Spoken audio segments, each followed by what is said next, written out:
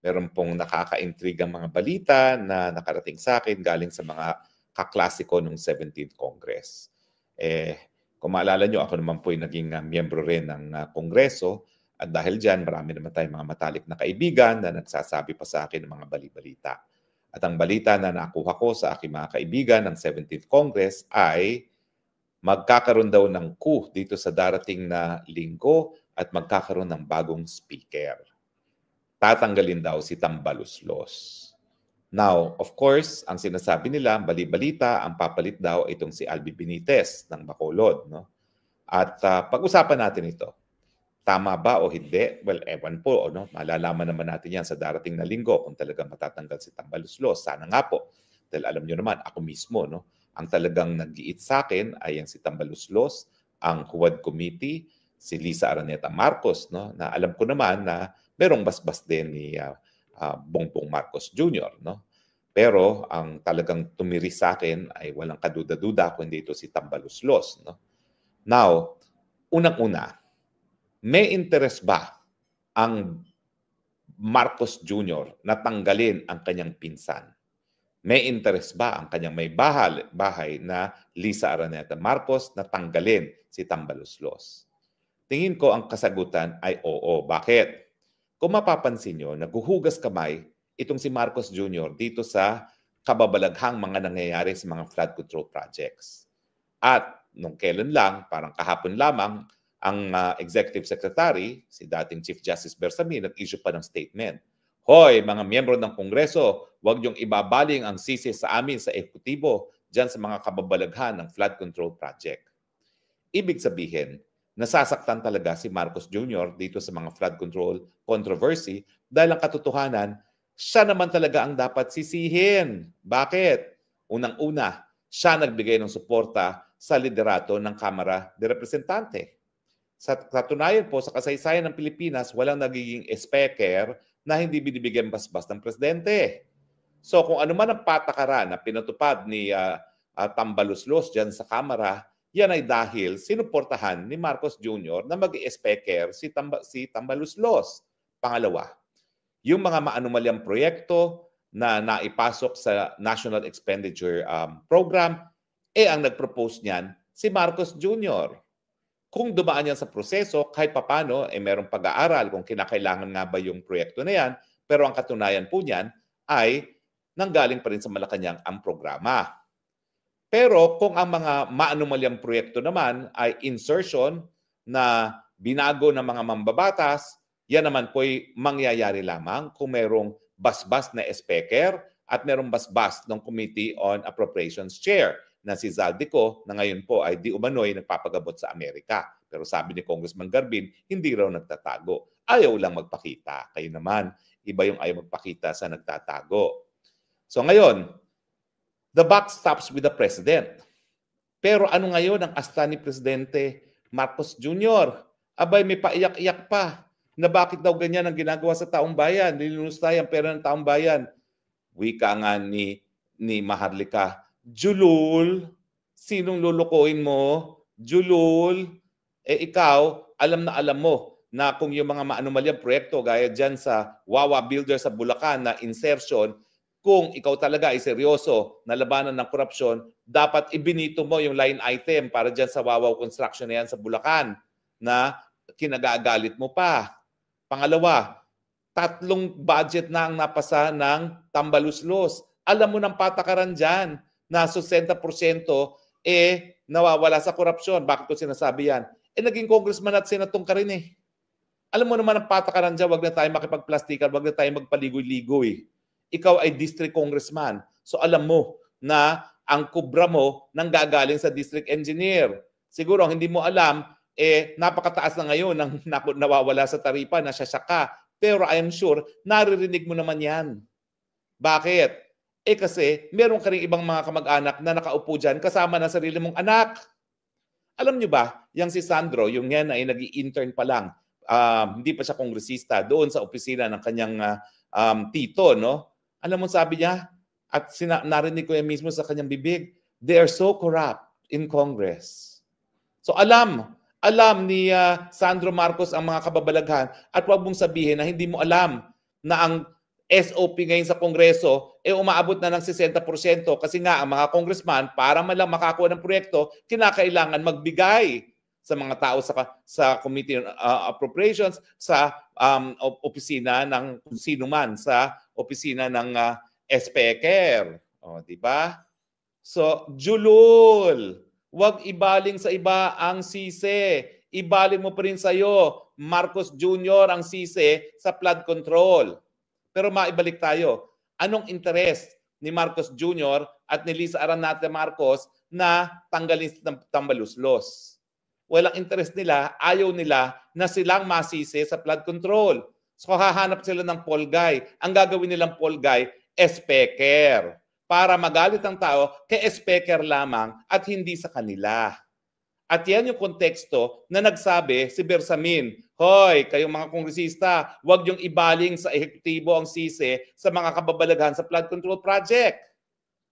So kung ganitong interes ni Marcos Jr., na talagang ayaw niyang mapasipa sa pwesto dahil alam niyang galit na ang tao dahil dito sa flood control na iskandalo, natural, para maibsan ang galit ng taong bayan, ibabaling mo ang sisi sa iba at in this instance, ibabaling mo ang sisi kay SPECER Tambaluslos.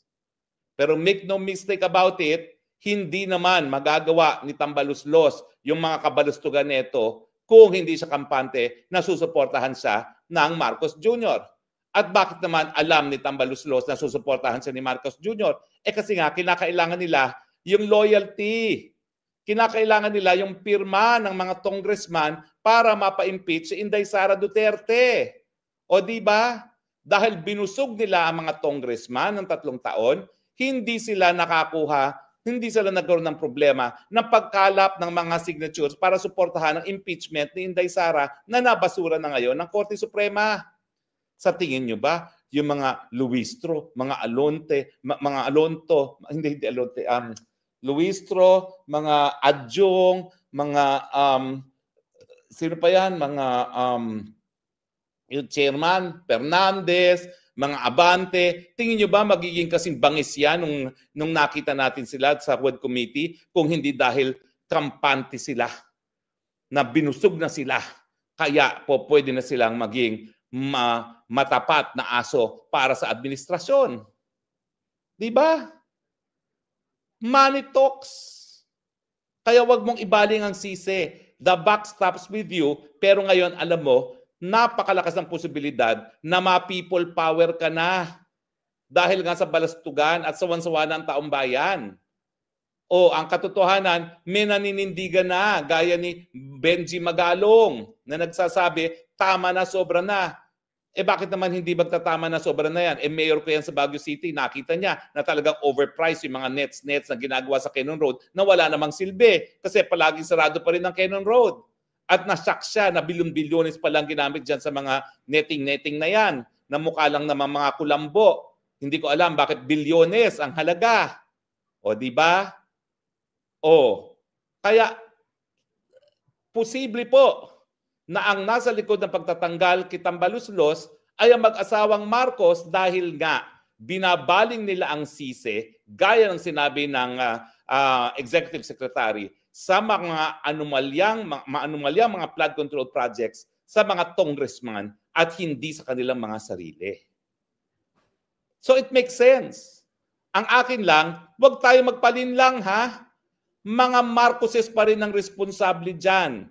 Sila nagtalaga kay Tambaluslos na nais nilang tanggalin ngayon. Sila nagbigay basbas na gamitin ang kaban ng bayan para bilhin ang mga lagda ng mga congressman. Hindi ba sinabi niya ni Toby Tionco na talagang karamihan naman ng pumirma ng impeachment ay pakapalit na mga pagpondo, pondo na proyekto, pondo na ayuda na linalapan nila dahil sila ay mga corrupt. So, kung ang motivation ang pag-uusapan at yung realidad na wala namang umuupong SPECER na hindi binibigyan ng basbas ng presidente kasi nga ang impluwensya ng presidente sa mga congressman ay yung pantaon ng budget. Na kapag hindi ka loyal sa presidente, wala kang budget. Ilang beses na nangyari yan. Na yung mga oposisyon talagang na zero budget sa kanilang mga distrito. Alam mo na yung mga congressman na yan, kahit sabihin mong nagmamalinis, lahat yan ay umaasa sa SOP. Ang problema na nga lang ngayon, yung taong bayan tinanggap yung SOP dahil akala nila dati 10% at 5%. Na-shock sila nang nalaman nila 60% na pala ang napupunta sa korupsyon. O, di ba? So, okay, number 1. It is to the interest ng mga Marcoses na matanggal si Tambaluslos kasi masyado na siyang mabaho. Masyado nang mabaho silang dalawa in tandem. At linilihis nila ngayon ang issue, ang sisi. Binabaling nila ang sisi kay Tambaluslos dahil alam nila baka ma-people power na sila. Now, ang tanong, bakit si Albi Benitez? Alam niyo, si Albi, wala naman kami masamang tinapay niyan. Okay? Aaminin ko po. In fact, nagpahiram pa sa akin yan ng eroplano siguro 2-3 beses nung ako'y kumakandidato para sa Senado at nagpapasalamat naman ako sa kanya. Pero kung titignan mo talaga, galit din ang tao sa online gaming, bakit Albi Benitez ang iuupong speaker? Alam nating lahat na ang negosyo talaga ni Albi Benitez sa mulat-mula online gaming. Kasama na yan yung naging partner sila ni Congressman Arnie Tevez, no? So bakit siya? Well, dyan naman po papasok yung mga bibuwit na aking mga kaibigan sa 17th Congress.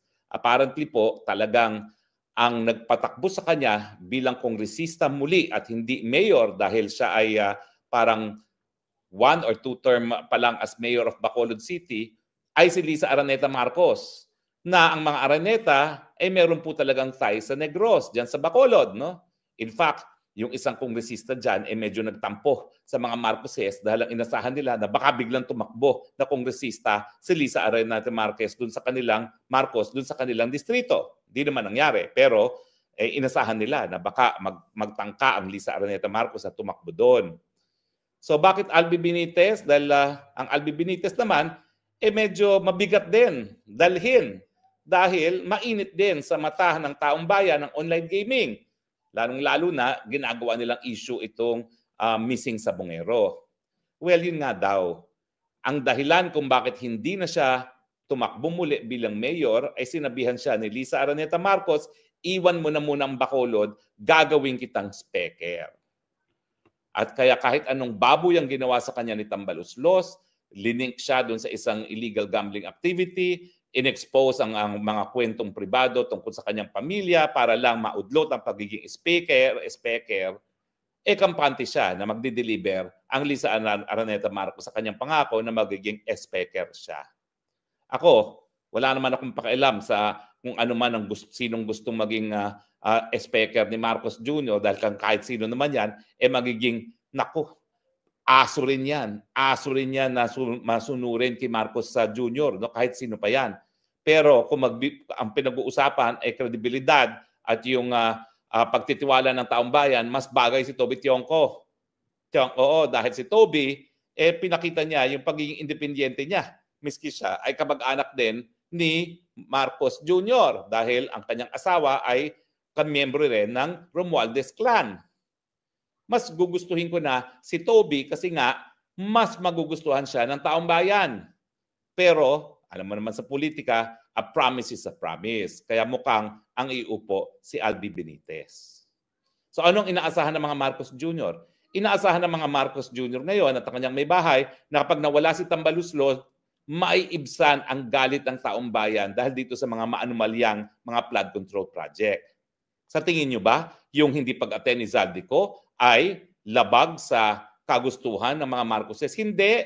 Baka mga Marcoses pa nga ang nagsabi, wag ka muna umuwi, palamigin mo muna. Dahil pag ikaw umuwi at ikaw ay sumagot, chances are, baka magkamali ka ng sagot at lumabas ang katotohanan na lahat yan ay ginawa mo para sila nga ay lumagda sa impeachment complaint laban kay Inday Sara Duterte. Di ba? Oh. So tingin ko yung hindi pag-uwi ni Zaldico at di umano dahil yan ay nagpapagamot sa Amerika ay dahil na rin yan ay advice ng mga Marcoses. Dahil less talk, less mistake. So wag ka na magpakita rito. At diyan ka na muna sa Amerika. Palamigin natin. At ang inaasahan nila, pag nawala na si Tambaluslos, lalamig ng bahagya itong issue ng flood control. Well, tama ba sila o mali? Well, nasa inyo yan, taong bayan.